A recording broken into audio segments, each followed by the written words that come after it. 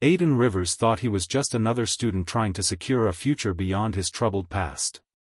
But at the prestigious St. Evangeline's Academy, secrets run deep and trust is a luxury he can't afford. When a ruthless teacher publicly humiliates him with false accusations, Aidan uncovers a sinister conspiracy that cost his mother her life.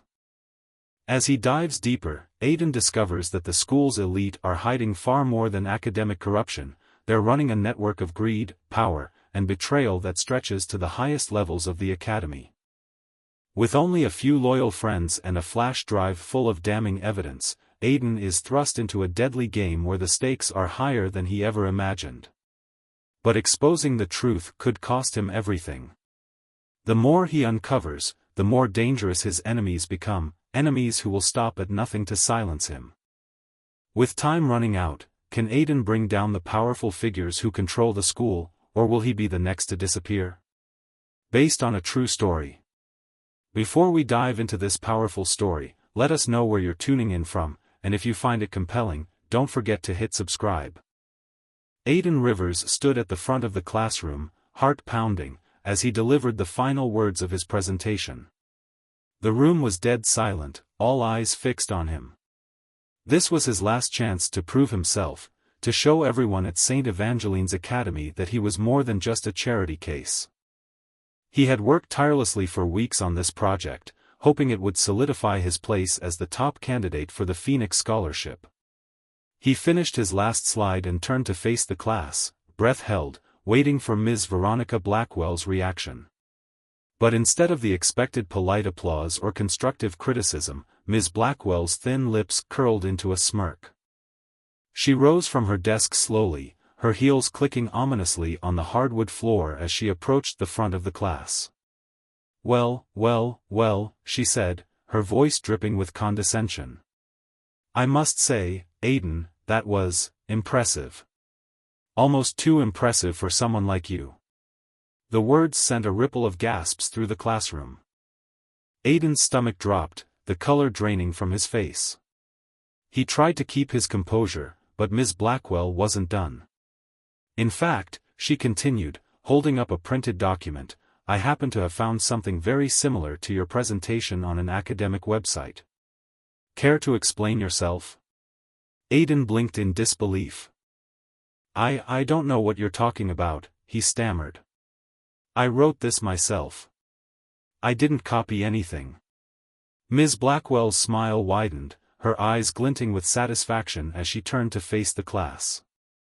"Ladies and gentlemen, it seems our dear Aidan here has resorted to plagiarism to try to secure his precious scholarship." The class erupted into a chorus of whispers and snickers. Aidan's hands clenched at his sides, his vision blurring with anger and humiliation. His eyes darted around the room, seeing only sneering faces and pitying glances. "That's not true," Aidan protested, his voice cracking. "I didn't cheat." Ms. Blackwell's face hardened. "The evidence is clear. If you have nothing more to say, I suggest you step down. I will be reporting this to the scholarship committee immediately." Aidan's heart pounded in his chest. He felt like he was standing on the edge of a cliff, about to fall into a bottomless pit. Everything he had worked for, his dreams of escaping his troubled past, his hopes of securing a future beyond the confines of his struggling neighborhood, was slipping through his fingers because of a lie. Swallowing his pride, Aidan lowered his head and walked back to his seat, ignoring the jeers and whispers that followed him. As he slumped into his chair, he felt the sting of hot tears threatening to spill over. He couldn't believe this was happening. Ms. Blackwell had always seemed to have it out for him, but this was beyond anything he could have imagined. The bell rang, signaling the end of class, but Aidan barely heard it. He numbly gathered his things, trying to avoid the mocking stares of his classmates. As he stepped out into the crowded hallway, he was suddenly shoved from behind.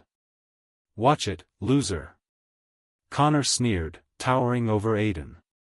"You really thought you could win that scholarship? Give it up, Rivers. You don't belong here." Before Aidan could respond, Connor's fist connected with his stomach, knocking the wind out of him. Aidan doubled over, gasping for breath, while Connor and his cronies laughed. The hallway was filled with students, but no one stepped in to help. They just turned away, pretending not to see what was happening. "Let this be a lesson," Connor whispered in his ear. "People like you will never beat people like us." Connor shoved Aidan one last time, sending him sprawling to the floor. As he lay there, struggling to catch his breath, a shadow fell over him. He looked up to see Ms. Blackwell standing there, a triumphant smile on her face. "Consider this your first warning, Rivers," she said coldly. "I will make sure you're expelled if you continue to embarrass this institution with your dishonesty." Aidan could only watch as she turned on her heel and strode away, leaving him humiliated on the cold tiles of the hallway. His dreams were crumbling before his eyes, and he had no idea how to stop it.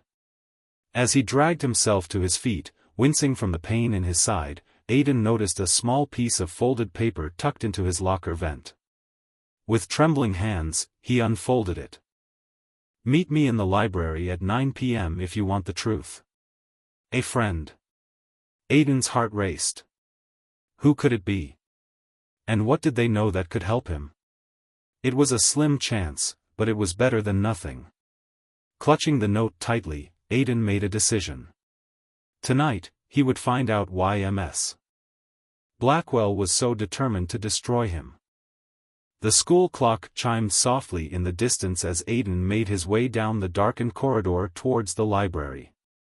It was nearly 9 o'clock, and the usually bustling academy was eerily quiet, the only sounds being the echo of his footsteps on the marble floors and the faint hum of the fluorescent lights overhead. The weight of the note in his pocket felt heavy, the words, "Meet me in the library at 9 p.m., etched into his mind. With each step, his thoughts raced. Who had sent the note? And why did they want to help him? He couldn't shake off the feeling that this might be another cruel trick set up by Ms. Blackwell to humiliate him further. But he had to take the risk, he was desperate to clear his name and save his scholarship dreams. The heavy wooden doors of the library loomed before him, casting long shadows down the corridor. Taking a deep breath, Aidan pushed them open and slipped inside. The library was dimly lit, the moonlight filtering through the tall arched windows and casting a silver glow on the rows of bookshelves. The scent of old paper and dust filled the air, and for a moment, Aidan was reminded of how much he used to love spending time here, escaping into books that took him far away from his harsh reality. He scanned the room, looking for any sign of movement. The silence was almost deafening. Just as he was beginning to think that no one would show up, a shadow detached itself from the darkness near the back of the room. "Aidan, over here," a low voice whispered. Aidan's heart jumped into his throat. He squinted through the gloom to see the figure of Oliver, the janitor, stepping into the faint beam of moonlight. The sight of the elderly man with his salt and pepper hair and worn-out uniform was both surprising and, oddly, comforting. "Mr. Oliver?" Aidan asked, bewildered. "You sent the note?" Oliver nodded, his eyes darting around nervously. "I had to be careful. The walls have ears in this place," he muttered. "I know what happened in class today. And I know Ms. Blackwell is setting you up." Aidan's eyes widened. "But why? Why is she doing this to me?"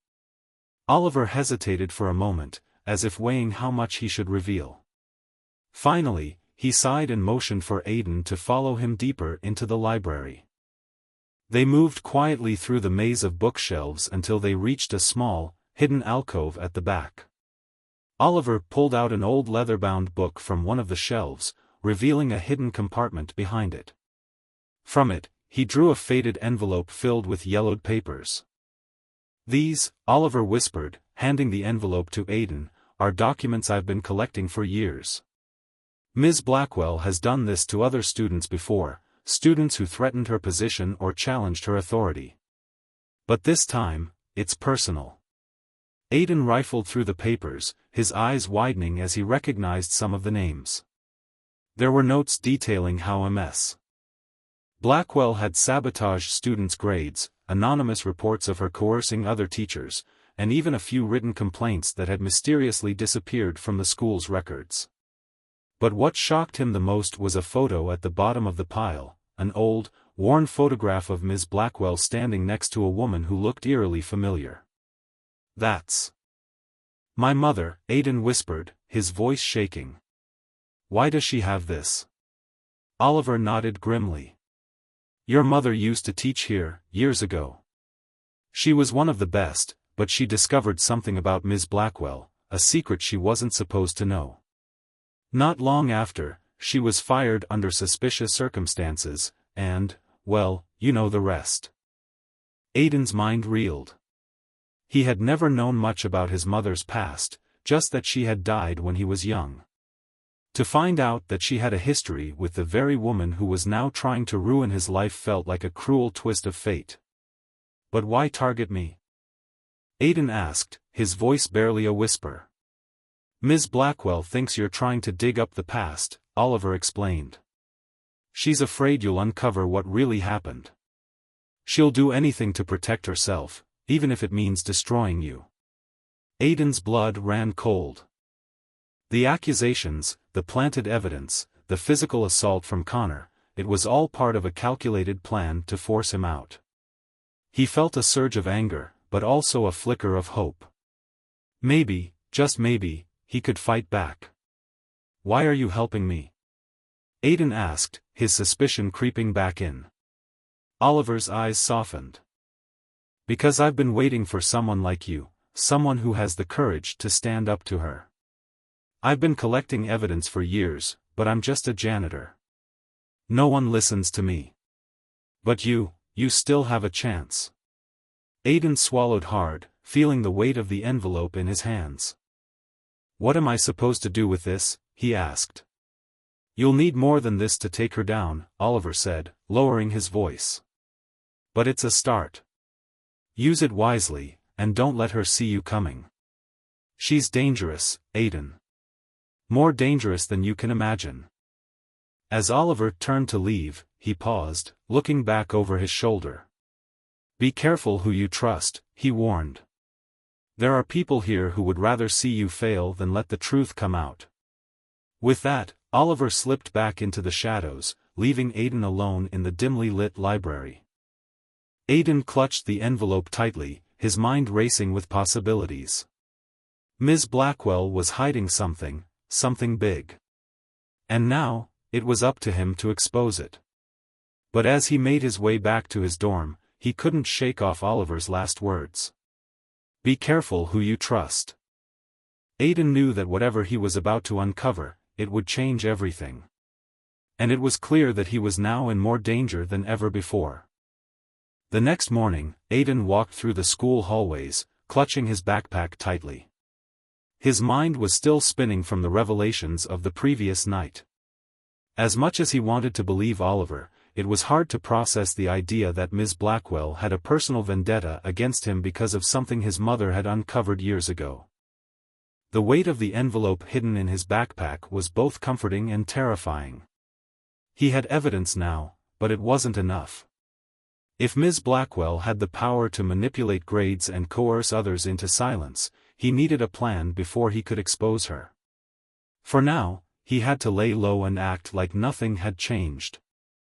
As Aidan approached his first class, the familiar whispers and stares from his classmates made his skin crawl. It was clear that the rumors Ms. Blackwell had spread about him were already taking root. He could hear snatches of conversation, people calling him a cheater, a fraud, someone who didn't deserve to be at St. Evangeline's. When he walked into the classroom, he felt all eyes on him. Ms. Blackwell stood at the front, a triumphant smirk on her face. "Ah, Mr. Rivers," she said, her voice dripping with feigned politeness. "Nice of you to join us. I trust you're ready to present your defense?" Aidan froze. He hadn't expected this so soon. He looked around, confused. "Defense?" he echoed, trying to buy time. Ms. Blackwell's smile widened. "Yes. Given the seriousness of the accusations against you, the scholarship committee has asked me to gather more evidence of your so-called brilliance. So, why don't you present your research notes to the class? Aidan's heart sank. He hadn't brought his notes with him, they were safely stashed away in his dorm. It was a setup, and Ms. Blackwell knew it. The class erupted in giggles and murmurs, and Aidan's palms grew sweaty. He could feel the trap closing around him. I don't have them with me, Aidan stammered, his mind racing. I wasn't told about this. Ms. Blackwell tilted her head with mock concern. Oh, that's unfortunate. You see, without those notes, it's going to be very difficult for you to prove you didn't plagiarize your work. In fact, I think this might be grounds for immediate suspension. The laughter and whispers intensified. Aidan's vision blurred with frustration and anger, but he couldn't let her see him break. He took a deep breath, steadying himself. I can bring my notes tomorrow, he said, trying to keep his voice calm. You can inspect them then. Ms. Blackwell's eyes narrowed. We'll see if that will be sufficient. But I doubt it will change the committee's decision. After all, cheaters rarely have proof of their innocence. Aidan could feel the hot stares of his classmates burning into his back as he made his way to his seat. He couldn't believe how quickly everything was falling apart. A mess. Blackwell was relentless, and if he didn't act fast, he would lose everything he had worked for. Later that day, a desperate search. After classes ended, Aidan made a beeline for his dorm room. He needed to think. But as soon as he opened the door, he froze. His room had been ransacked. Books were thrown off the shelves, papers scattered everywhere, and his laptop was lying open on the floor with the screen cracked. Panic surged through him as he frantically searched for the envelope Oliver had given him. It was gone. No, no, no, he muttered under his breath, tearing through his belongings in a desperate attempt to find it. But it was nowhere to be found. Someone had broken into his room and taken the evidence. His phone buzzed, startling him. It was a text message from an unknown number. You're getting too close. Stop digging if you want to keep what little you have left. Aidan's hands shook as he read the message. A mess. Blackwell was one step ahead of him. She knew he had evidence, and now she had taken it from him. He felt the walls closing in. Without that envelope, he had nothing to protect himself with. A knock on the door made him jump. It was James, one of the few classmates who had stuck by him. Aidan, what happened? I heard about what Ms. Blackwell did today. Are you okay? Aidan shook his head, trying to hold back the tears of frustration. She's trying to destroy me, James. She set me up in class, and now someone broke into my room and stole the evidence I had against her. James's eyes widened. You had evidence? What kind? Proof that she's been sabotaging students for years, Aidan whispered, glancing at the door to make sure no one was listening. But it's gone now. James nodded slowly, his face set in determination. We'll find another way. But you need to be careful, Aidan. If she's going this far, it means you're close to something she doesn't want anyone to know. Aidan's phone buzzed again with another message, last warning. The next time, it won't just be your room we destroy. Aidan's blood ran cold. Whoever was behind this had no intention of letting him expose the truth. And now, they were willing to use force to silence him. A new plan. Determined not to let fear control him, Aidan took a deep breath and turned to James. I'm not giving up, he said, his voice firm. If Ms. Blackwell thinks she can scare me into silence, she's wrong. But I need your help. James nodded, a fierce look in his eyes. Whatever you need, I'm in. Aidan knew it was risky involving someone else, but he couldn't do this alone anymore. With James by his side, he was determined to gather new evidence and expose Ms. Blackwell's corruption before it was too late. But he couldn't shake the feeling that the danger was just beginning. As he and James began plotting their next move, Aidan couldn't ignore the sinking feeling in his gut. The stakes were higher now, and Ms. Blackwell was clearly willing to destroy anyone who got in her way. But no matter how dark things got, Aidan was determined to uncover the truth, even if it meant risking everything. The school was cloaked in darkness as Aidan and James made their way through the quiet corridors, their footsteps muffled on the thick carpet. The plan had been hastily put together after the events of the day, but there was no time to waste. Aidan's reputation, his scholarship, and now his safety were all on the line. They paused at the corner near Ms. Blackwell's office, listening for any signs of movement.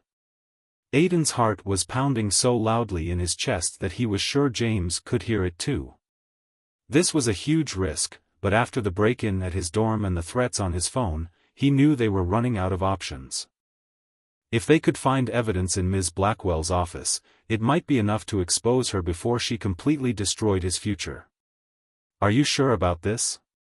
James whispered, glancing nervously down the hall. "If we get caught." "We won't," Aidan insisted, though his voice wavered slightly.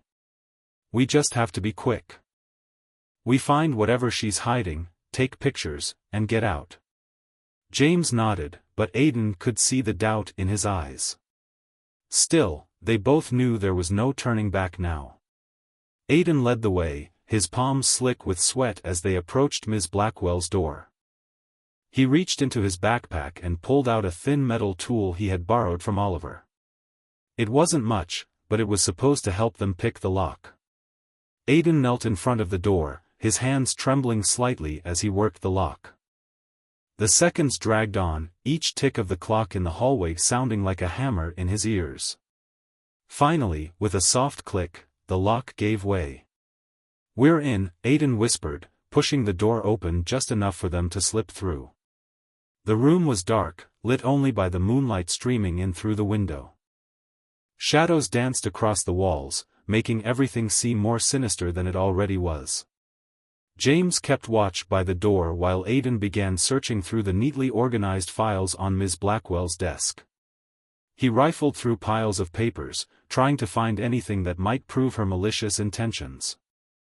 But so far, it was just boring administrative documents, attendance sheets, grade reports, nothing that would help him. Come on, Aidan muttered under his breath, the anxiety building in his chest. Time was ticking, and he knew they couldn't stay long. Just as he was about to give up, something caught his eye, a locked drawer at the bottom of Ms. Blackwell's desk.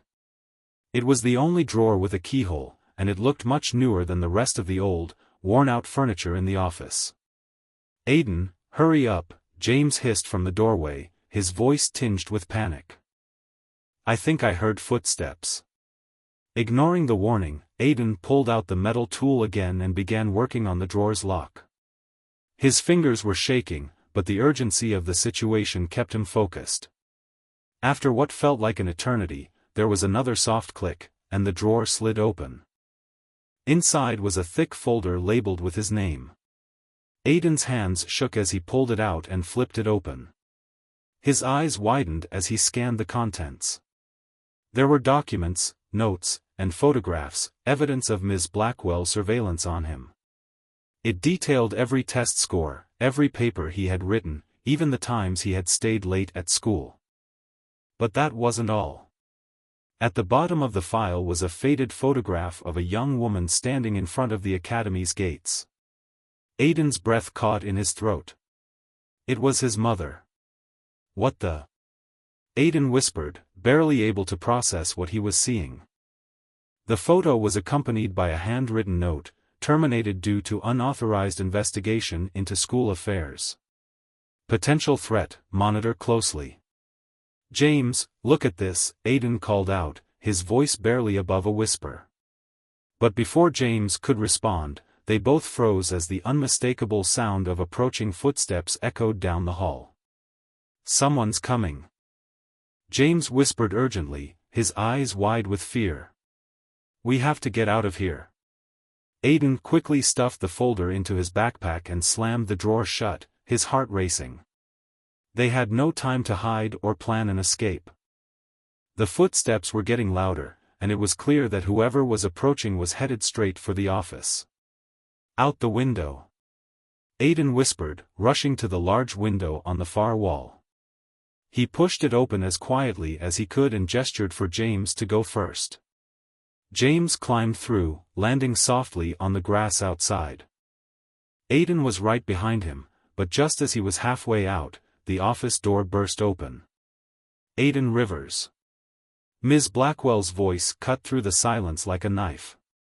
Aidan's blood ran cold. She had caught him. Without thinking, he leapt the rest of the way out the window, landing hard on the ground below. Pain shot through his ankle, but he ignored it, pushing himself to his feet and running as fast as he could with James close behind him. They sprinted across the dark campus, ducking behind bushes and keeping to the shadows until they reached the safety of the dormitory. Only then did they stop to catch their breath, hearts pounding, chests heaving. Aidan pulled out the stolen folder from his backpack and looked at it again. The sight of his mother's photograph filled him with a mix of sadness and rage. Ms. Blackwell had not only destroyed his life, but she had done the same to his mother. And now he had proof that she was hiding something much bigger than just grade manipulation. Why would she keep something like this? James asked, looking over Aidan's shoulder. What could your mother have found that made Ms. Blackwell target her, and now you? I don't know, Aidan admitted, his voice raw with emotion. But I'm going to find out. Whatever secret she's hiding, it's something she's willing to ruin lives over. And I'm going to make sure everyone knows the truth. James nodded solemnly. We're in this together. Whatever it takes. Aidan looked at the evidence they had risked so much to obtain. It wasn't enough to bring Ms. Blackwell down yet, but it was a start. And for the first time, he felt a flicker of hope. He was no longer alone in this fight. But as he tucked the folder safely away, Aidan couldn't shake the feeling that they were being watched, that Ms. Blackwell was always one step ahead.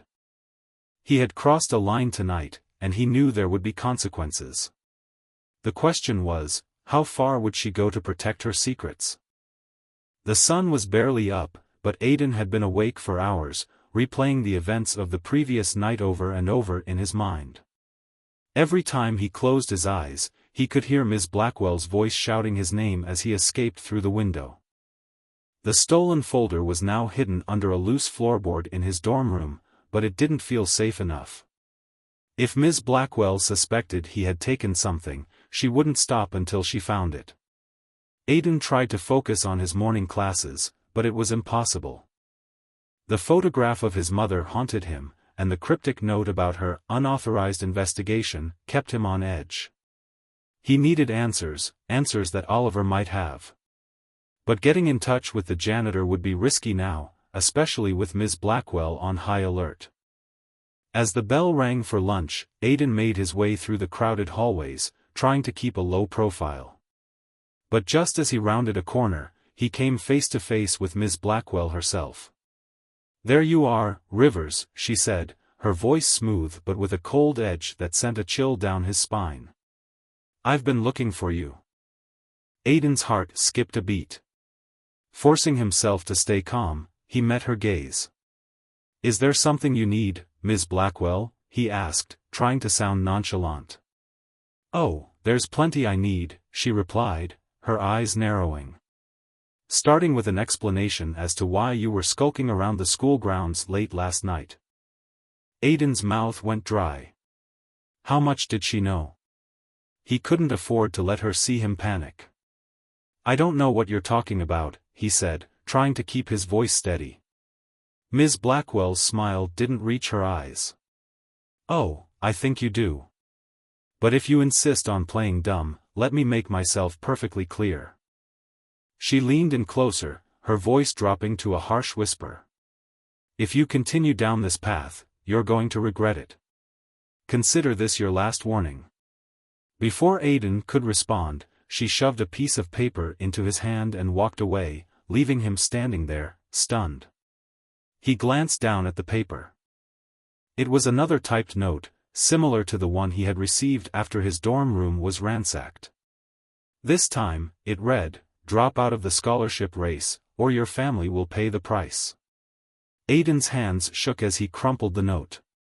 Now she was threatening his family? This was a new level of cruelty, even for Ms. Blackwell. He had to do something, but every step he took seemed to push him deeper into her trap. The confrontation in the cafeteria. Aiden's thoughts were a whirlwind as he entered the cafeteria. He was on autopilot, grabbing a tray of food and sitting at the far end of the room. James found him minutes later, concern etched on his face. "Dude, you look like you've seen a ghost," James said, sliding into the seat across from him. "What happened?" Aiden shoved the crumpled note across the table. James read it, his eyes widening. "This is insane. She's threatening your family now?" Aiden nodded, his voice a tight whisper. "She knows I'm getting close to something. She must have figured out that I took something from her office last night. But what can you do?" James asked, his voice tinged with panic. "If she's willing to go after your family." "I can't back down now," Aiden interrupted, his resolve hardening. "If I do, she'll win. And who knows how many other people she's done this to." James was about to respond when a loud voice cut through the cafeteria noise. Connor, the bully who had tormented Aiden since his first day at the academy, was standing on one of the tables, holding a piece of paper. "Hey everyone, listen up," Connor shouted. "Looks like our favorite scholarship candidate, Aiden Rivers, has been keeping secrets." Aiden's blood ran cold as Connor waved the paper triumphantly. It looked eerily similar to the folder Aiden had stolen from Ms. Blackwell's office. Had she found out and given it to Connor to humiliate him even further? "What is this?" James hissed, his eyes darting around nervously. "Did he get that from you?" Aiden shook his head, feeling the ground shift beneath his feet. This was a setup, but he had no idea how Ms. Blackwell had orchestrated it so quickly. As Connor continued to shout accusations, Aiden realized the entire cafeteria was now staring at him, waiting for him to defend himself. "Why don't you tell everyone, Rivers?" Connor jeered. "Tell them how your mom was fired from this school for trying to dig up dirt on the staff. Guess it runs in the family, huh?"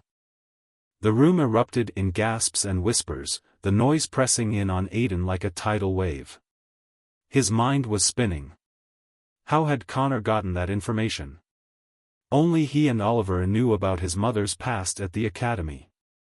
A sudden twist, the unexpected ally. Before Aiden could respond, a voice cut through the chaos. "Shut up, Connor." Everyone turned to see Sarah, one of the most popular girls in the school, standing up from her table. Aiden had never spoken to her before, but she looked furious. "You don't know what you're talking about," Sarah continued, glaring at Connor. "Everyone knows you're Ms. Blackwell's lapdog. How much did she pay you to spread this garbage?" Connor's face turned bright red, and for a moment, he seemed at a loss for words. The cafeteria had gone completely silent, everyone waiting to see what would happen next. Aiden was just as shocked as everyone else. Why was Sarah defending him? Connor sputtered, trying to regain control of the situation. "You don't know what you're talking about, Sarah," he snapped. "This is real. Aiden's been sneaking around, trying to dig up dirt on the school." Sarah turned to Aiden, her expression softening. "Is it true, Aiden? Are you really trying to expose Ms. Blackwell?" Aiden hesitated.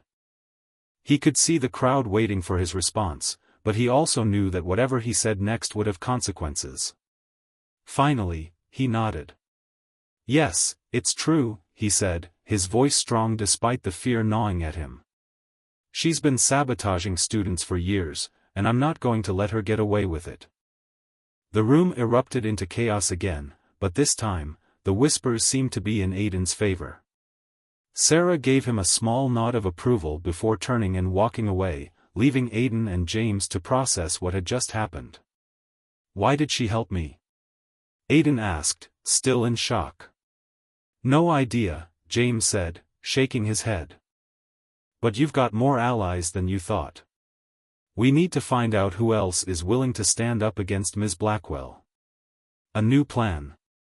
Later that night, back in his dorm room, Aidan and James reviewed the documents they had left. Though Ms. Blackwell had taken some of his evidence, he still had the most crucial piece, the photograph of his mother. It was a link to something much bigger, something that Ms. Blackwell was desperate to keep buried. "We need to dig deeper," Aidan said, determination burning in his eyes. "But this time, we're not just looking for evidence. We're looking for allies." James nodded in agreement. "If Sarah is willing to stand up to Connor, maybe there are others. We just need to find them before Ms. Blackwell takes us down." As Aidan stared at the photograph of his mother, he felt a renewed sense of purpose. This was no longer just about clearing his name. It was about finishing what his mother had started. And if Ms. Blackwell wanted to play dirty, then he was ready to fight fire with fire. Aidan's heart pounded as he stood in front of the heavy oak doors of the scholarship committee room. The voices inside were muffled but tense, and he knew they were already debating his future. It was a last-minute summons. Ms. Blackwell had managed to convince the school to hold an emergency meeting to discuss his misconduct. James stood beside him, his face set with determination. "You ready?" he asked, though he knew the answer was no. "I don't have a choice," Aidan muttered, clenching his fists. "If I don't defend myself today, it's over." The doors swung open, and Aidan was ushered into the room by a stern-faced secretary. The air inside was thick with tension. 5 members of the committee sat behind a long table, their expressions unreadable. At the far end sat Ms. Blackwell, her lips twisted into a thin, triumphant smile. The principal, Mr. Hastings, occupied the center seat, looking unusually grave. "Aidan Rivers," Mr. Hastings began, his voice stern. "You've been called here to address serious accusations that have come to our attention. Given the weight of these allegations, we are prepared to make a decision today regarding your eligibility for the Phoenix Scholarship." Aidan swallowed hard and nodded. His palms were sweaty, and he could feel his pulse thudding in his ears. This was it, the moment everything came down to. He couldn't afford to let Ms. Blackwell win. Ms. Blackwell rose from her seat, smoothing her tailored blazer. "If I may, Principal Hastings," she said, her voice sickeningly sweet. "I have gathered substantial evidence that Mr. Rivers has been engaging in unethical behavior to secure the scholarship. As you'll see, this is not simply a case of academic dishonesty, it's a pattern of deception." She waved her hand, and Connor, who had been standing in the corner, stepped forward, holding a stack of papers. He handed them to the committee members, smirking as he passed by Aidan. "These documents, Ms. Blackwell continued, include falsified grade reports, altered assignments, and a suspicious number of late-night activities on school grounds.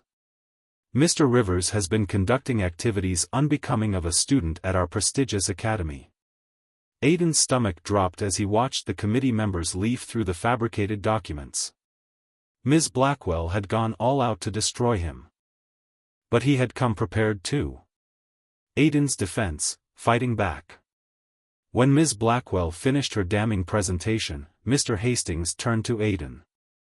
"Mr. Rivers, you may now present your side of the story," he said, though his tone suggested that he had already made up his mind. Aidan took a deep breath and stepped forward, forcing himself to meet their eyes. "Everything Ms. Blackwell has shown you is a lie," he began, his voice steady despite the fear gnawing at him. "She's been trying to sabotage me because I've uncovered evidence of her wrongdoing. She's afraid of what I know." Ms. Blackwell's eyes flashed with anger, but she remained silent, her hands clasped tightly in her lap. Aidan took out the last remaining pieces of evidence he had managed to keep safe after his dorm room was ransacked, the photograph of his mother and the handwritten note he had found in Ms. Blackwell's office. "This is a photograph of my mother," Aidan said, holding it up for everyone to see. "She used to work at this school, but she was fired under mysterious circumstances after she began investigating unethical practices.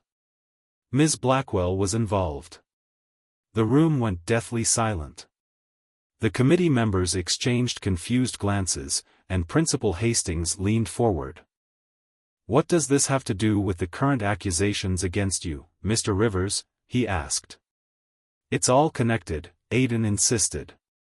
"Ms. Blackwell is trying to silence me because she thinks I've uncovered something my mother knew years ago. She's fabricated evidence against me, just like she did to other students who threatened her. A mess." Blackwell jumped to her feet, her composure slipping. "This is preposterous," she snapped.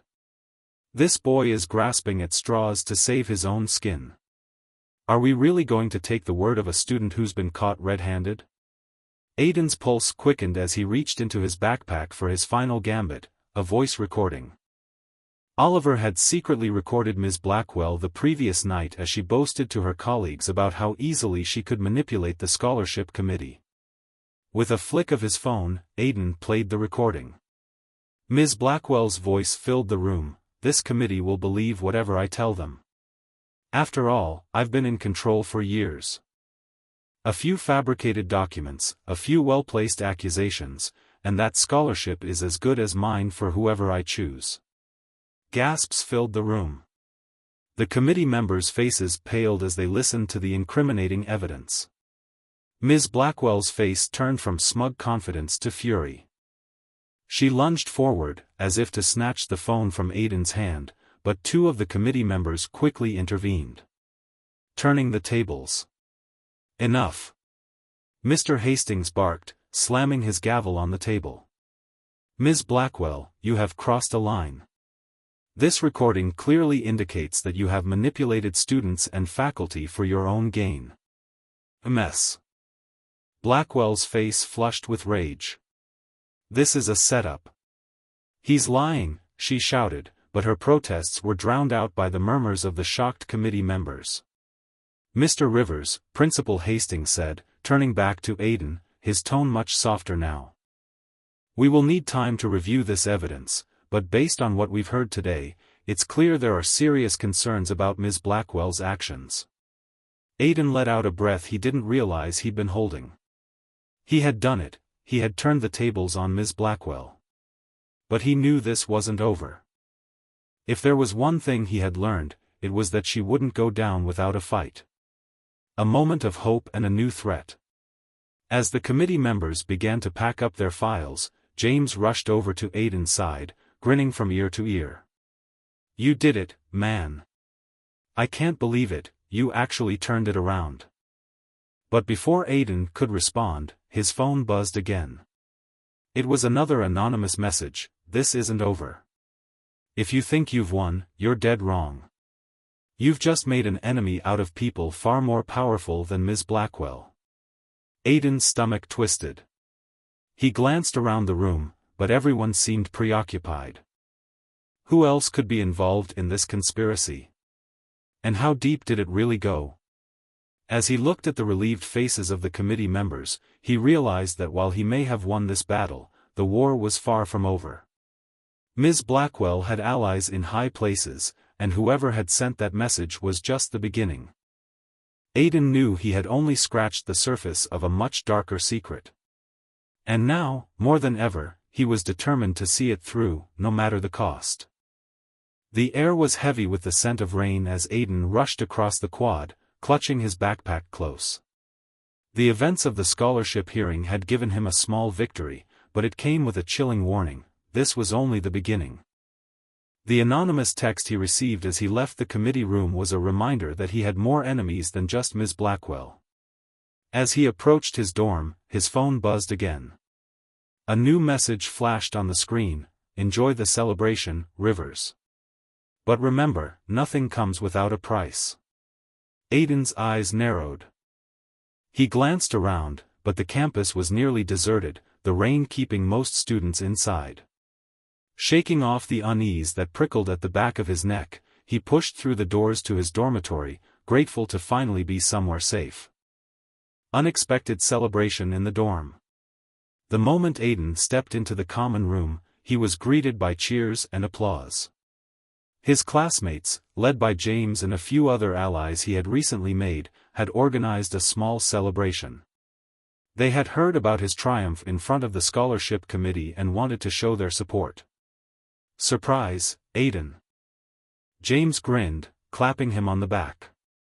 "We knew you'd win that showdown. You were amazing." Aiden couldn't help but smile, feeling a rare surge of warmth in his chest. For once, it seemed like things were turning in his favor. Tables were piled high with snacks, soft drinks, and treats. Someone even brought a cake decorated with the words, "To Justice and Victory."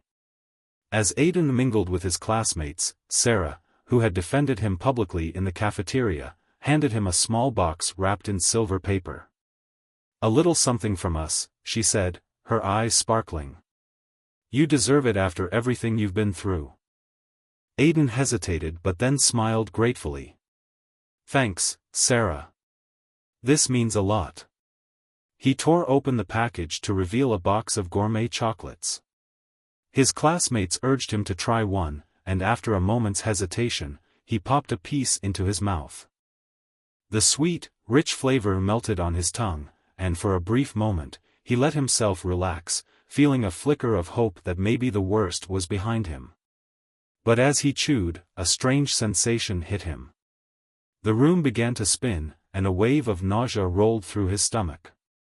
His vision blurred, and a sharp pain shot through his head. Aiden staggered, reaching for the back of a chair to steady himself. "Aiden? Are you okay?" James asked, his face suddenly serious. Aiden tried to respond, but his throat tightened, making it hard to breathe. Panic set in as the edges of his vision darkened. The last thing he heard before everything went black was Sarah's panicked scream. The hospital room. Aiden woke up to the harsh glare of fluorescent lights and the steady beep of a heart monitor. He was lying in a hospital bed, his body aching as if he had run a marathon. For a moment, he couldn't remember how he had gotten there, but then the memory of the chocolates and the spinning room came rushing back. "Hey, you're awake," came a familiar voice. James was sitting beside him, looking exhausted but relieved. "You scared the hell out of us, man." What happened?" Aiden croaked, his throat dry and scratchy. "You collapsed at the party," James explained, leaning forward. "We had to call an ambulance. The doctors said you were poisoned. They found something in the chocolates you ate." Aiden's heart skipped a beat. "Poisoned? But those chocolates were a gift." "Yeah, and that's what worries me," James said grimly. Someone knew exactly what they were doing. It wasn't a random act. Aiden's mind raced. The anonymous messages, the threats, and now this. Someone was trying to silence him for good. But who? Was it Ms. Blackwell? Or was it someone else, someone more dangerous? Uncovering the source. The door to his hospital room creaked open, and a doctor walked in, followed by a stern-looking man in a suit. The man introduced himself as Detective Lawson, a local investigator assigned to the case after the hospital reported the poisoning. "Mr. Rivers," Detective Lawson said, flipping open a small notebook. "We've analyzed the substance found in your system. It's a slow-acting toxin that was laced into those chocolates.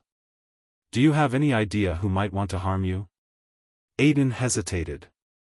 He couldn't be sure. He had made more than a few enemies since starting his investigation into Ms. Blackwell.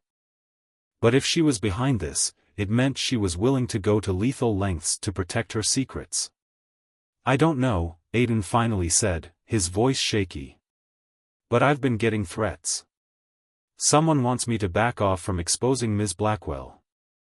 The detective nodded thoughtfully, scribbling notes. "We'll need to investigate further, but if what you're saying is true, this goes beyond just academic sabotage. As the detective left, the doctor handed Aidan a packet of test results. "You're lucky we caught it in time," she said. "A few more minutes, and the toxin could have caused permanent damage." Aidan shuddered. This wasn't just about ruining his reputation anymore, someone was trying to kill him. The stakes had just gotten much higher, and he was in deeper danger than he had ever imagined. A grim realization. That evening, as the hospital quieted down, Aidan stared out the window, watching the rain patter against the glass. James had gone back to the dorm to gather some of Aidan's things, leaving him alone with his thoughts. Whoever was behind this wasn't just trying to scare him anymore. They were trying to erase him completely.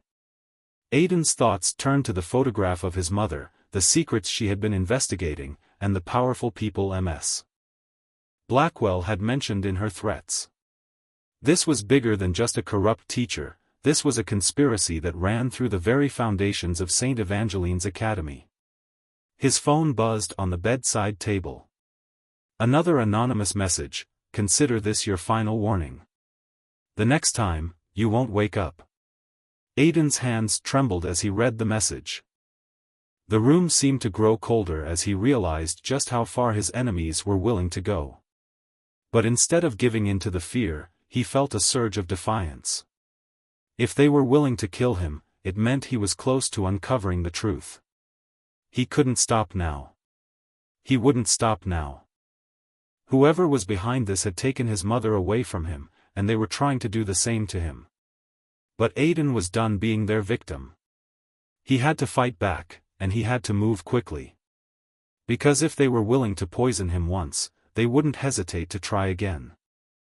Aidan's footsteps echoed through the darkened corridors of St. Evangeline's as he made his way toward the maintenance wing. The hospital had released him earlier that afternoon, but he still felt weak, his legs trembling slightly with every step.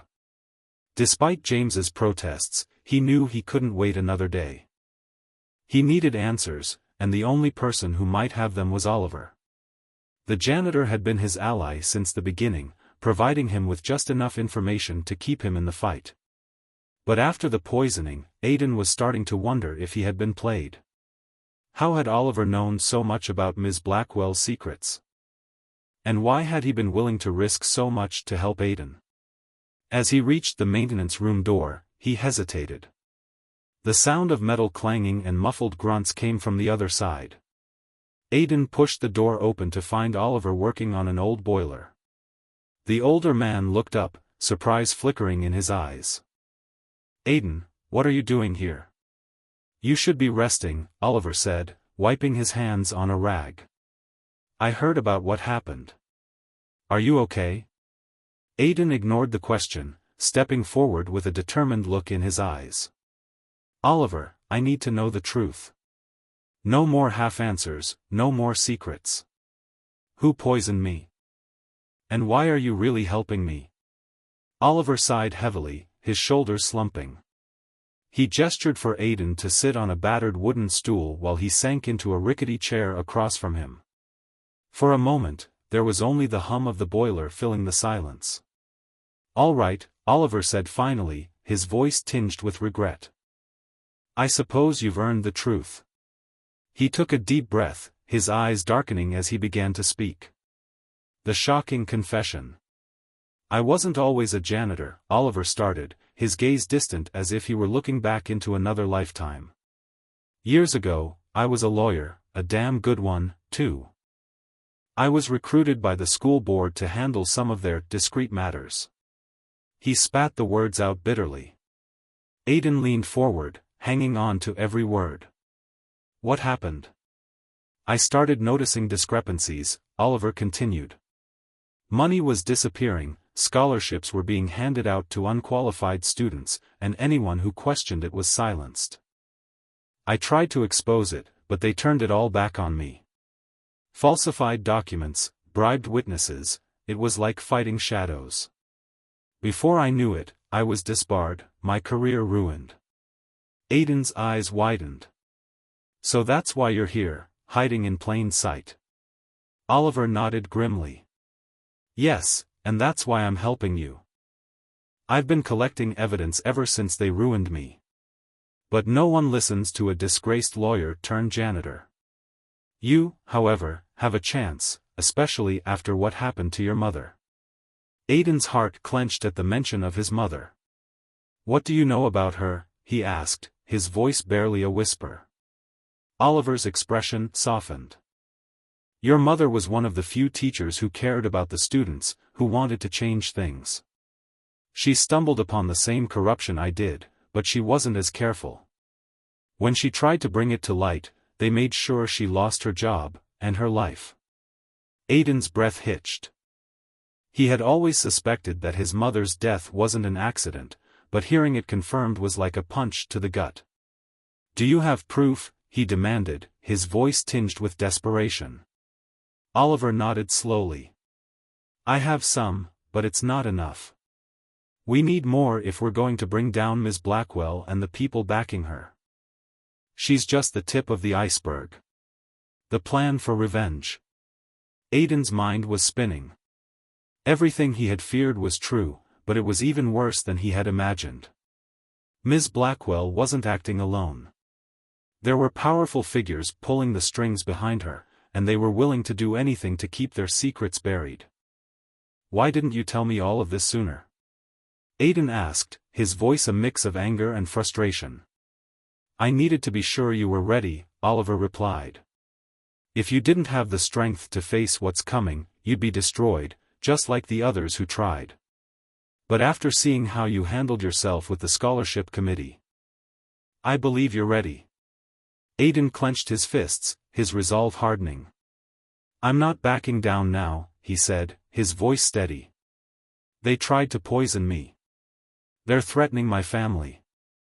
I won't let them get away with it. Oliver reached into his jacket pocket and pulled out a small flash drive. This is everything I've managed to gather over the years. Emails, financial records, internal memos.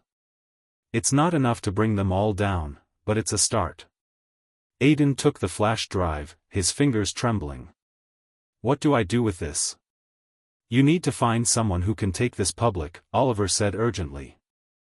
Someone who isn't afraid of the school's influence. But be careful. They know you have allies now, and they won't hesitate to strike again. Before Aidan could respond, there was a sudden noise outside the maintenance room, a door slamming, followed by hurried footsteps. Oliver's eyes widened, and he quickly shoved Aidan toward the back exit. Go. They must have followed you. Aidan didn't hesitate. He shoved the flash drive into his pocket and bolted for the door as the sound of voices grew louder. He glanced back to see Oliver blocking the entrance, trying to stall whoever was coming. A desperate escape. The cold night air hit Aidan like a slap as he burst out of the building, sprinting across the damp grass. He didn't know who was chasing him, but he could hear the rapid footsteps closing in. His heart pounded as he zigzagged through the shadows, desperately trying to stay out of sight. He reached the edge of the campus and slipped through a gap in the fence, ignoring the branches that tore at his clothes. Behind him, he heard shouts of frustration as his pursuers lost sight of him. Panting and shaking, Aidan finally stopped to catch his breath in a small park just outside the school grounds. He pulled out the flash drive, staring at it in the dim light.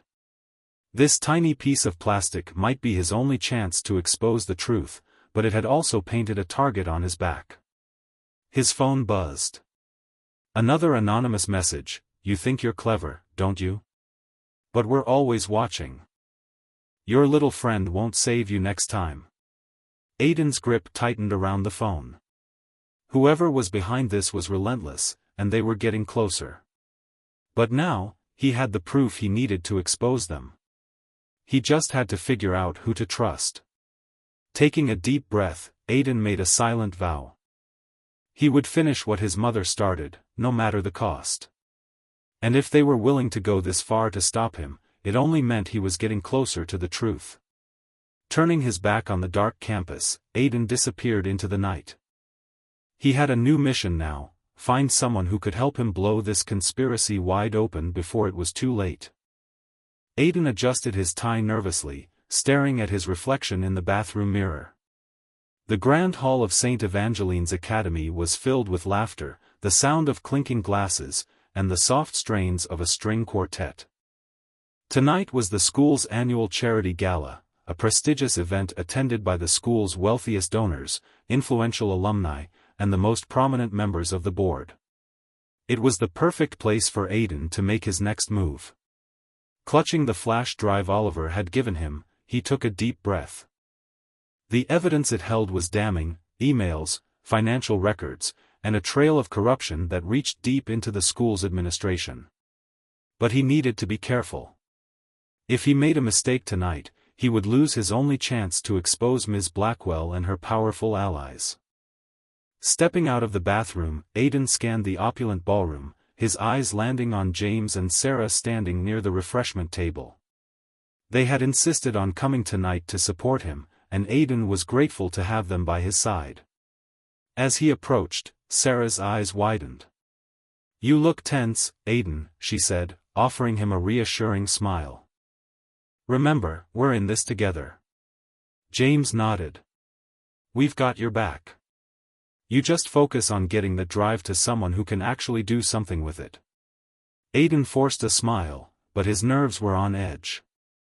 He had to find someone trustworthy, someone outside of Ms. Blackwell's influence who could help him leak the information. His eyes swept over the crowd, searching for a potential ally. That's when he spotted Mr. Caldwell, a well-known investigative journalist who was also an alumnus of the school. If anyone could take down Ms. Blackwell and her corrupt network, it would be him. A dangerous game of cat and mouse. Gathering his courage, Aidan made his way toward Mr. Caldwell, weaving through the clusters of elegantly dressed guests. But before he could reach him, a familiar, icy voice stopped him in his tracks. "Well, if it isn't the Academy's most notorious troublemaker." Ms. Blackwell appeared beside him, her lips curved into a cruel smile. She was dressed impeccably, her aura of power and control almost tangible. "I must say, I'm surprised to see you here, Aidan. I would have thought you'd learned your lesson by now." Aidan forced himself to remain calm. "I'm here to support the school, just like everyone else," he replied evenly. Ms. Blackwell's eyes narrowed, her smile fading. "You've been meddling in things you don't understand, Rivers. I suggest you walk away while you still can." Aidan's pulse quickened, but he held his ground. "I'm not afraid of you," he said, his voice low enough that only she could hear. "You can't silence everyone forever." For a brief moment, her mask slipped, revealing a flicker of rage. But just as quickly, she composed herself and leaned in close, her breath hot against his ear. "We'll see about that," she whispered. "Enjoy the party, Aidan. It may be your last." The betrayal unfolds. Shaken but undeterred, Aidan resumed his mission. He finally reached Mr. Caldwell, who was speaking to a group of board members.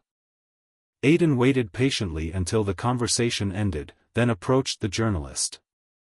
"Mr. Caldwell, I need to speak with you," Aidan said urgently. "It's about corruption within the Academy. I have proof."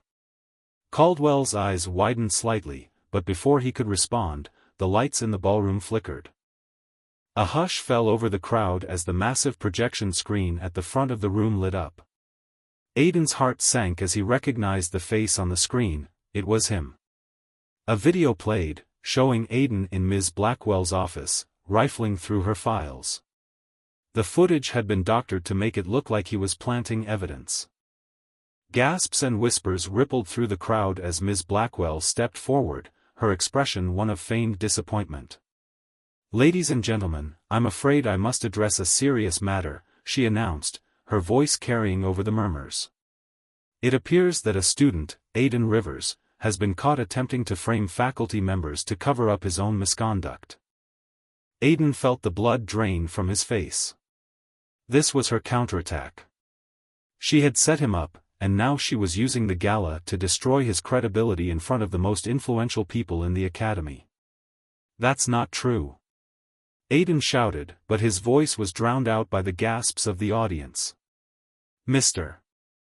Caldwell took a step back, his expression shifting to one of suspicion. Ms. Blackwell continued, her voice filled with righteous indignation. We have evidence that Mr. Rivers has been engaging in these activities for months, trying to undermine the school's reputation. We have no choice but to consider expulsion. An unexpected twist. Just as Ms. Blackwell's accusations seemed to seal Aidan's fate, Sarah stepped forward. Wait, she shouted, her voice clear and strong. You can't trust that video, it's been doctored. The crowd turned to Sarah, shocked by her outburst. Aidan's heart leaped with hope, but he knew they needed more than words to turn the tide. Do you have any proof of this claim, young lady? One of the board members demanded. Sarah nodded, pulling out her phone. I have a recording that contradicts everything Ms. Blackwell just showed you. She cast a glance at Aidan, who realized she must have taken precautions after everything they had been through. The room went silent as Sarah played the recording she had taken of Ms. Blackwell's earlier conversation with Connor, captured during one of their secret meetings. The audio was crystal clear. We need to frame him before he exposes us. The scholarship committee will believe whatever we show them. Gasps filled the ballroom as the crowd listened. Ms. Blackwell's face turned pale, her composure finally cracking. This is a trick, she sputtered, but the damage was done. Mr. Caldwell, his eyes now sharp with interest, turned to Aidan. I think we need to talk, he said, his tone serious. The turning point. With Sarah's evidence backing him up, Aidan handed the flash drive to Mr. Caldwell. Everything you need to expose what's been happening at this school is on here, he said, his voice steady despite the adrenaline coursing through his veins. I just need you to take it public. Mr. Caldwell nodded, pocketing the drive. I've been investigating St. Evangeline's for years, he confessed quietly. If what you say is true, this could be the breakthrough I've been waiting for. As security moved in to escort Ms. Blackwell out of the room, she turned to Aidan with a venomous glare. You think you've won? She hissed. You have no idea what you've just unleashed. But Aidan wasn't afraid anymore. For the first time, he saw fear in Ms. Blackwell's eyes, and he knew he had struck a blow that would take her down. But even as she was led away, he couldn't shake the feeling that this was only the beginning of something far more dangerous. The crowd erupted into applause, congratulating Aidan on his courage, but his mind was already racing.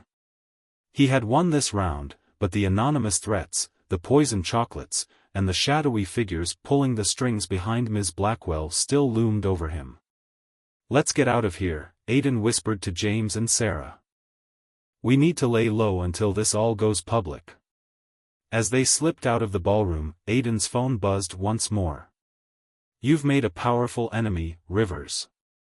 We're not finished yet. The war was far from over. But now, Aidan had allies, evidence, and a relentless drive to uncover the truth. Whatever came next, he was ready. The rain fell in steady sheets as Aidan hurried through the darkened streets, his jacket pulled tight against the cold wind. The gala had ended in chaos, but he and his friends had managed to slip away unnoticed. Now, with the evidence in Mr. Caldwell's hands, Aidan was hoping they had finally turned the tide. But the text he had received as they left the gala still echoed in his mind, You've made a powerful enemy, Rivers. We're not finished yet. Aidan couldn't shake the feeling that they were walking into a trap. His instincts had been sharpened by months of deception, and if there was one thing he had learned, it was that Ms. Blackwell and her allies wouldn't go down without a fight. Tonight, he was meeting Oliver and James in the basement of an old, abandoned building on the edge of town. Oliver had called him after the gala, saying he had found something that would change everything, something that could take down not just Ms. Blackwell, but the entire corrupt network that controlled St. Evangeline's. As Aidan approached the building, his breath fogging in the chilly air, he saw Oliver's silhouette waiting near the entrance, partially hidden by shadows. James stood beside him, shivering slightly from the cold. "Aiden, over here," Oliver called softly, waving him over. "We need to hurry. They know we're getting close." Unveiling the conspiracy. Inside, the air was damp and musty. The faint glow of a single, flickering light bulb barely illuminated the old basement, casting eerie shadows on the crumbling walls. Oliver had set up a makeshift workstation with stacks of papers and an ancient laptop that looked like it was on its last legs. "What's so important that we had to meet here?" Aiden asked, wiping the rain from his face as he took a seat. Oliver handed him a thick folder, his expression grim. "I've been digging deeper since our last conversation," he said. "I managed to crack into the school's hidden files, stuff they thought was long buried." Aiden opened the folder, his eyes widening as he skimmed through the contents.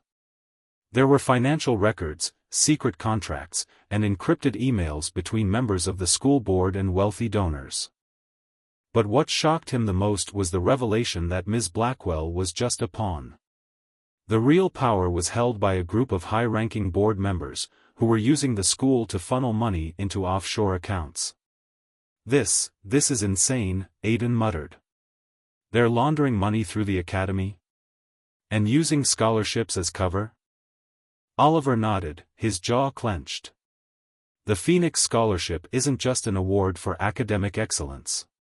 It's a way for them to siphon funds into their pockets while keeping up appearances." James, who had been reading over Aiden's shoulder, shook his head in disbelief. "So that's why they were so desperate to take you down, Aiden. You were getting too close to exposing their operation." But as Aiden flipped through the documents, he noticed something else, a list of names, including several students who had mysteriously dropped out over the years. At the bottom of the list was his mother's name. "What's this?" Aiden asked, holding up the list. Oliver's face darkened. "Those are the people who tried to expose them. Students, teachers, even staff like me. Your mother was the last one to get close before they silenced her." Aiden's blood ran cold. It all made sense now. His mother hadn't just been fired for uncovering unethical practices. She had been on the verge of exposing a criminal enterprise, and they had eliminated her to protect their secret. An urgent warning. As the weight of the new information settled over them, the sound of a car engine outside broke the tense silence. Oliver's eyes widened. "We've been followed," he hissed, rushing to the window to peek through the dusty blinds. Aiden's heart leapt into his throat as he saw a pair of black SUVs pull up outside the building. Men in dark suits stepped out, their faces grim and determined. These weren't just security guards, they were enforcers sent to clean up loose ends.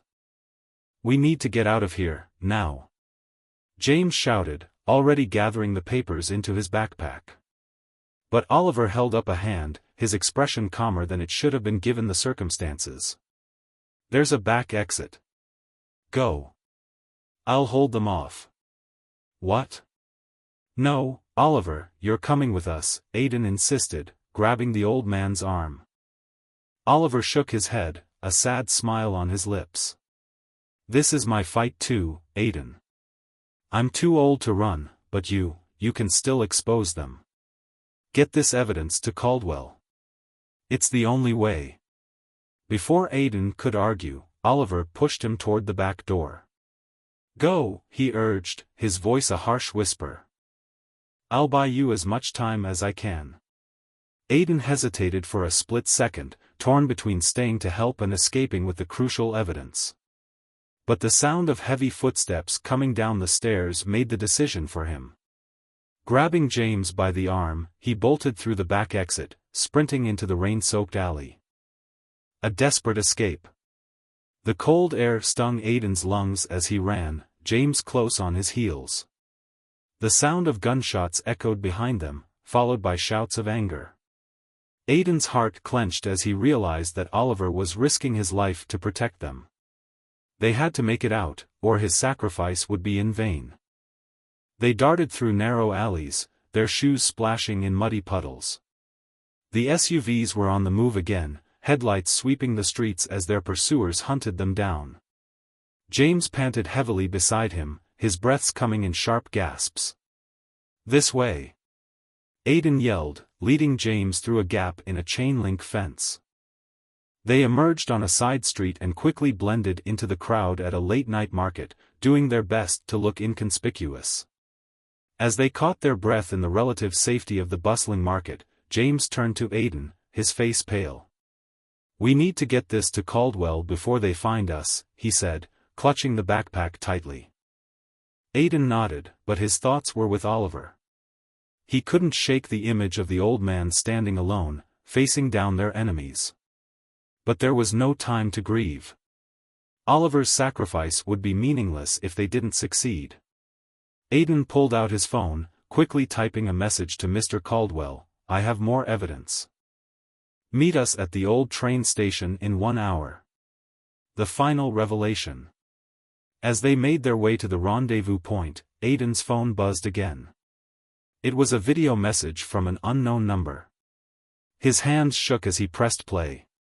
The video showed Oliver, tied to a chair, blood trickling down his face. One of the suited men stood behind him, holding a gun to his head. "You thought you could escape us, Rivers," the man sneered into the camera. "You have 1 hour to turn yourself in, or your friend here dies." Aidan's blood turned to ice. James watched over his shoulder, his face going pale. "What do we do?" he asked, panic creeping into his voice. Aidan clenched his fists, his mind racing. He couldn't lose another person to this conspiracy. But turning himself in would mean giving up the evidence and letting the criminals win. "We're not going to let them get away with this," Aidan said, determination hardening his voice. "We'll get to Caldwell, expose everything, and save Oliver. Somehow." The clock was ticking, and their enemies were closing in. But Aidan wasn't going to back down. He was ready for whatever came next, no matter the cost. The cold, damp air of the abandoned train station seeped into Aidan's bones as he and James crouched behind a stack of rusted crates. The flickering lights overhead cast eerie shadows across the cracked concrete floor. Aidan's heart was pounding. He checked his phone again, hoping to see a response from Mr. Caldwell, but there was nothing. Just the video of Oliver being held hostage, the threat still hanging over his head, "Turn yourself in, or your friend dies." James was breathing heavily beside him, his eyes darting nervously to every shadow. "Are you sure about this?" he whispered. "We can't trust anyone now. What if this is a trap?" Aidan clenched his jaw, staring into the darkness. "It's the only chance we have. We need to get this evidence to Caldwell. He's our last hope of bringing down Ms. Blackwell and her powerful allies." He glanced down at the flash drive still hidden in his jacket pocket.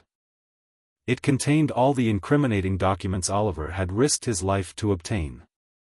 But right now, all Aidan could think about was how to save Oliver before it was too late. The distant sound of footsteps echoed through the vast, empty space. Aidan and James tensed, pressing themselves further into the shadows. A figure emerged from the darkness, tall, with a familiar, confident stride. It was Mr. Caldwell, his face partially obscured by the dim lighting. "You came," Aidan said, stepping out from his hiding place. James stayed close behind, his eyes scanning for any signs of danger. Caldwell approached with a weary smile. "You have no idea the risks I took to get here, Aidan. But if what you have is as explosive as you claim, it's worth it." Aidan pulled out the flash drive, holding it up. "This is everything. The school board, Ms. Blackwell, the money laundering, it's all on here. You have to publish it." Caldwell nodded, reaching out to take the drive. But just as their hands touched, Aidan's instincts screamed at him. Something was wrong. Caldwell's eyes held a flicker of something that didn't sit right. Before Aidan could react, the station was flooded with blinding lights. Men in dark suits appeared from all directions, guns drawn. Aidan's stomach dropped as he realized what was happening. "You set us up," James breathed, his voice filled with betrayal. Caldwell's smile turned cold. "You're smarter than I gave you credit for, Rivers. But not smart enough." He held up the flash drive, his eyes gleaming with triumph. "Did you really think you could outmaneuver the people I work for?" Aidan's heart sank. All this time, he had believed Caldwell was on his side. But he had walked right into a trap, and now they had everything: the evidence, the leverage, and Aidan himself. The cruel twist. The suited men quickly restrained Aidan and James, forcing them to their knees. Caldwell handed the flash drive to a tall, imposing figure who stepped forward, his face shadowed beneath a hat. Aidan's blood ran cold as he recognized the man. It was Mr.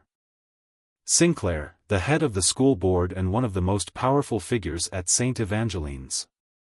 "Impressive work, Mr. Caldwell," Sinclair said, his voice smooth and cold. "You've done well. Now, let's tie up the loose ends." Caldwell nodded, but there was a flicker of unease in his eyes. "I held up my end of the bargain. Now let's talk about my payment." Sinclair's lips curled into a cruel smile. "Oh, don't worry. You'll get what's coming to you." Before Caldwell could react, Sinclair gestured to one of the guards. The crack of a gunshot echoed through the station, and Caldwell crumpled to the ground, blood pooling beneath him. Aidan's heart skipped a beat. Even their own allies weren't safe from betrayal. He realized with a sickening certainty that Sinclair and his network had no intention of leaving any witnesses. Sinclair turned his gaze to Aidan, who was struggling against the grip of the guards holding him. "You've been a thorn in my side for far too long, Rivers," he said calmly. "Your mother thought she could expose us too. Look where that got her." Aidan's rage boiled over, but he was helpless. "You're going to pay for everything you've done," he spat, his voice shaking with fury. "The world will find out." Sinclair laughed softly. "You really think a kid like you can take down men like us? We've been running this operation for years, and we've dealt with far bigger threats than you." Aidan's mind raced. There had to be a way out. He had the evidence. Caldwell had only taken one copy. But there was no time, no way to get a message out before they silenced him for good. A last-minute rescue. Just as Sinclair raised his gun, ready to finish the job, the sound of sirens filled the air. Red and blue lights flashed outside the station, and the suited men began to panic. "What the hell?" Sinclair growled, turning to his men. "How did they find us?" Aidan's heart leapt. He had one last trick up his sleeve. Before heading to the station, he had sent an anonymous tip to the police, attaching some of the files from the flash drive. It was a gamble, but it had paid off. The police stormed the station, shouting orders and brandishing weapons. The guards holding Aidan and James were forced to let go, and chaos erupted as the two sides clashed. Aidan scrambled to his feet, grabbing James's arm. "Come on, we need to get out of here." "But what about Oliver?" James shouted over the din. Aidan's heart twisted painfully, but there was no time to search for him. They had to escape while they still had the chance. "We'll find him," Aidan promised. "But we can't help him if we're dead." They sprinted through the confusion, ducking behind crates and weaving through the chaos. As they reached the exit, Aidan turned back to see Sinclair being handcuffed by the police. The man's eyes burned with hatred as he locked eyes with Aidan. "This isn't over, Rivers," Sinclair shouted. "You think you've won, but we're everywhere. You can't stop us." Aidan didn't stop running until they were far away from the station, panting and drenched in sweat. He could hardly believe they had made it out alive. But even as relief washed over him, he knew Sinclair was right. This wasn't the end. There were more people involved, more secrets buried within the walls of St. Evangeline's. As they slowed to catch their breath, James turned to him, eyes wide with fear. What do we do now? Aiden looked down at the spare flash drive hidden in his jacket pocket. We finish what we started, he said, his voice filled with determination. We expose everything, no matter what it takes. But deep down, he knew that their fight was far from over. The true power behind the conspiracy was still out there, and they wouldn't stop until they had silenced him for good. For now, they had bought themselves some time. But Aiden couldn't shake the feeling that the hardest battles were yet to come. The first rays of dawn were breaking over the city as Aiden and James made their way through the quiet streets. The police raid at the train station had given them a temporary reprieve, but Aiden knew they couldn't stop now. The stakes had never been higher. Oliver's life was still on the line, and Sinclair's final threat echoed in his mind, "We're everywhere. You can't stop us." They had to act fast, or everything they had worked for would be lost. Aiden clutched the spare flash drive in his pocket, their last hope. He had made a copy of the most incriminating evidence before they'd gone to the train station. Now, he had to get it into the hands of someone who could take it public before Sinclair's men caught up with them. "Are you sure Caldwell was the only one working for them?" James asked, his voice tinged with exhaustion as they hurried through the early morning shadows. Aiden shook his head. "No, but we don't have time to worry about that now. If we don't release this information, everything Sinclair has done will stay buried. And they'll come after us with everything they've got." James nodded, his expression grim but resolute. "Then let's do this." A final desperate gamble. The old, weathered building loomed ahead of them, the local news station where Sarah's cousin, Maya, worked as a junior journalist. Sarah had convinced her cousin to help them, promising that Maya would get the story out no matter what. It was a risk, but they were running out of options. Maya was waiting for them at the side entrance, her face pale but determined. "Sarah told me everything," she said, ushering them inside.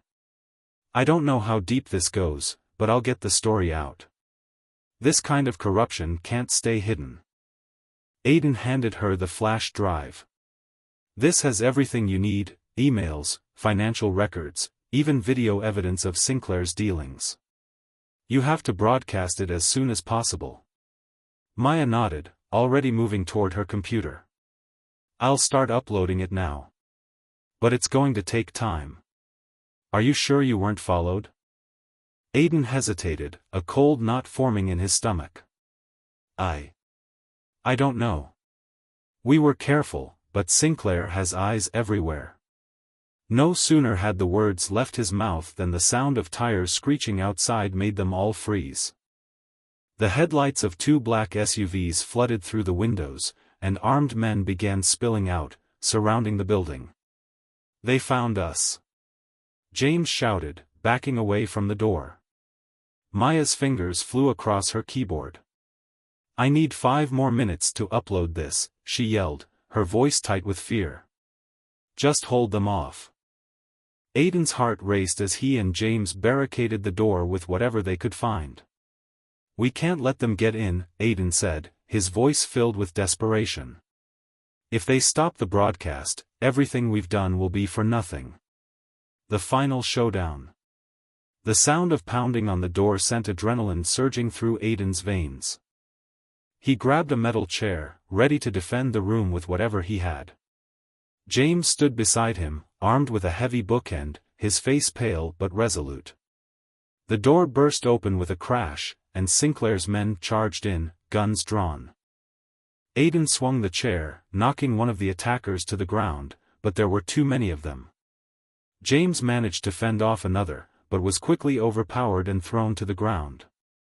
Just as one of the men leveled a gun at Aiden, a loud voice shouted, "Freeze! Police!" The room filled with uniformed officers as the police stormed in, forcing Sinclair's men to drop their weapons. The air was thick with tension as the intruders were quickly disarmed and handcuffed. Aiden's knees nearly buckled with relief. How did they find us?" he asked, turning to James. But before James could respond, Sarah appeared, breathless and red-faced. "I called the police after you texted me the location," she said. "I figured you might need backup." Aiden pulled her into a tight hug, overwhelmed with gratitude. "You just saved our lives," he whispered. Maya turned from her computer, a triumphant smile on her face. "The files are uploaded. It's going live across all networks right now. Justice unleashed." The next hour passed in a blur. As dawn fully broke, the news was broadcast to every major outlet. The story of corruption, money laundering, and criminal activities within St. Evangeline's Academy and its board members was exposed to the world. The scandal was everywhere: television, social media, and news websites. Sinclair, who had managed to escape the initial raid, was now a wanted man. The police had raided the homes of several board members, uncovering even more evidence of their illegal dealings. Aiden watched the news in stunned disbelief. They had done it. They had brought down a corrupt empire that had been hidden in plain sight for years. But it wasn't over yet. As the police escorted Aiden, James, and Sarah out of the news station for their own protection, Aiden received a call from an unknown number. He hesitated before answering, but curiosity got the best of him. "Well played, Rivers," came the cold voice of Sinclair. "You've exposed us, but don't think this is the end. There are still people out there who won't rest until you're silenced." Aiden's grip on the phone tightened. "We have everything we need to put you behind bars." "It's over, Sinclair." Sinclair's low laugh sent chills down Aiden's spine. "You've won a battle, boy. But the war is far from over. We'll meet again." The call ended abruptly, leaving Aiden staring at his phone. He knew Sinclair was out there, somewhere, still pulling strings. But for now, Aiden had won. The truth was out, and his mother's fight was finally over. The aftermath. A few days later, St. Evangeline's Academy was in turmoil. Several board members had been arrested, and the school's reputation was in tatters. The Phoenix Scholarship had been reinstated, and Aiden received a letter confirming that he was the recipient. But the victory was bittersweet. Oliver's fate was still uncertain. He had disappeared during the chaos, and no one knew where he was. Aiden held on to the hope that the old janitor had managed to escape and would reach out when it was safe. As Aiden stood in front of the school, looking at the building that had once been a symbol of hope but had become a den of corruption, he felt a mix of relief and sadness. This place had taken so much from him, but it had also made him stronger. James and Sarah joined him, and together, they looked toward the future. "What now?" James asked, his voice lighter than it had been in weeks. Aiden smiled, feeling a weight lift off his shoulders. "Now, we rebuild. We make sure this never happens again. And we find Oliver." As they walked away, the sun finally breaking through the clouds, Aiden knew this was just the beginning of a new chapter. There were still battles to fight, but for now, they had won the first one. And that was enough.